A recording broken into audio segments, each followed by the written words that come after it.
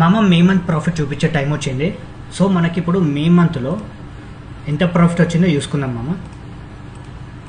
So మనము May month select చేసుకున్నాం, మే 1st to May 31st ఇక్కడ లోడ్ అవుతుంది. సో ఇక్కడ చూసుకున్నాం మనకి రియలైజ్డ్ నెట్ ప్రాఫిట్ వచ్చేసి మనకి 40,000, నియర్లీ 40,000 మామ.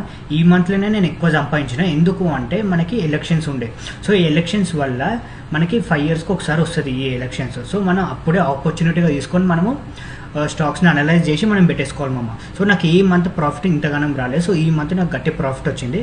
సో ఇక్కడ మనకు చూసుకోండి, ఇక్కడ మనకి కోల్ ఇండియా, ఐఆర్సిటీసీ, మదర్సన్ ఈ 3 స్టాక్స్లో నాకు టోటల్ 40,000 ప్రాఫిట్ వచ్చింది మామ జస్ట్ మే మంత్లో.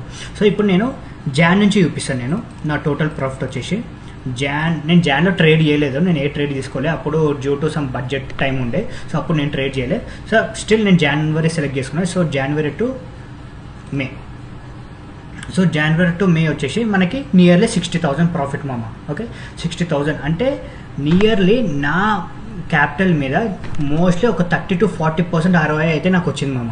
సో ఇంకా ఈ 6 monthsలో ఇంకా ఎక్కువనే ROI గట్టిగా తీద్దామని ప్లానింగ్ ఉంది. సో చూద్దాం మామ. అండ్ మన కమ్యూనిటీ మెంబర్స్ కూడా చాలా అంటే చాలా ప్రాఫిట్స్ గెయిన్ చేసిండ్రు. సో మీకు ఇంట్రెస్ట్ ఉంటే నాకు పింగ్ చేయండి మామ. Thank you, bye.